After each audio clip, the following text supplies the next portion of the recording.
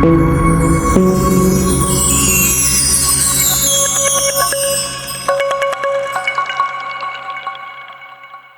sekalian, Allah muliakan. Kalaupun ada musibah yang besar, namanya juga musibah, sehingga bisa menghilangkan nyawa seorang, yaitu namanya musibatul kubra, yang bisa disebut musibah besar, seperti tsunami, gunung meletus, orang tenggelam di lautan, kemudian orang terbakar tanpa diketemukan jasadnya, walaupun abunya, kita tetap membacakan kata-kata inna lillahi wa inna ilaihi raji'un. Ada musibah yang ringan yang mungkin tidak menghilangkan nyawa seorang, tapi bisa membuat orang cacat seumur hidup. Kita juga bisa menyebut kata-kata inna lillahi wa inna ilaihi raji'un. Apa contohnya? Mungkin terjadinya pelanggaran, jatuh dari tangga sehingga patah, sehingga dia tidak meninggal dunia, tapi dia cacat seumur hidup. Itulah disebut dengan musibah. Kemudian ada musibah yang paling kecil, musibah mungkin tergelincir jatuh, tersenggol ketenggelaan, sehingga kita luka parah, tapi tidak cacat, membuat cacat dia seumur hidup. Itu juga musibah. Maka kita katakan inna lillahi wa inna ilaihi raji'un. Sekecil apapun musibah, tetap kita ucapkan inna lillahi wa inna ilaihi raji'un.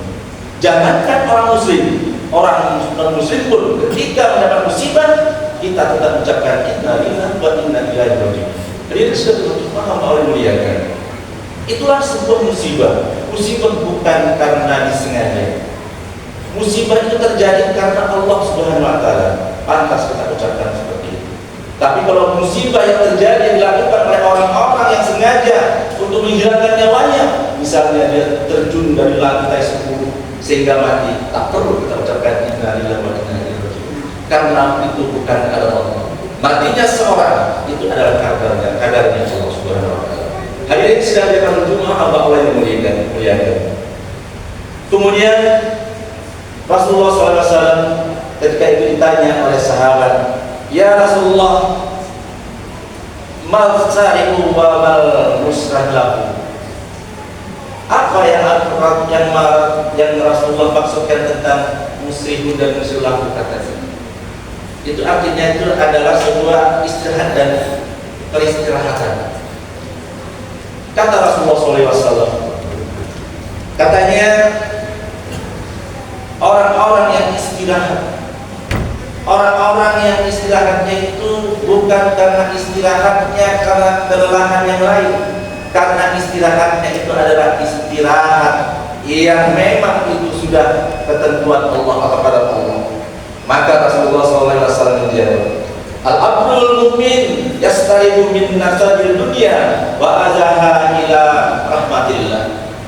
Orang sahabat, hamba muslim yang kemudian dia istirahat karena kesibukan dunia, karena keadaan dunia, sampai menuju rahmat Allah, ila rahmatillah. Itulah kata Rasulullah SAW.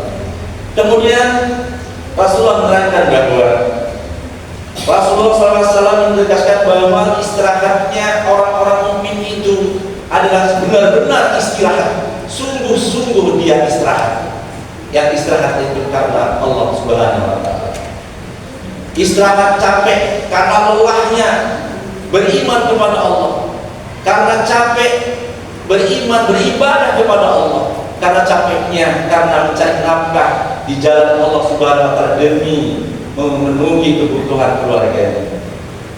Capek dan lelah, bersungguh-sungguh untuk mendapatkan janji Allah yang telah dijanjikan oleh Allah Subhanahu wa taala, bahwasanya orang-orang yang telah istirahat itu yang terakhir adalah ingin mendapatkan kenikmatan, yaitu surga Allah. Makanya ia adalah mengharapkan yaitu istirahat yang terakhir. Istirahat di mana?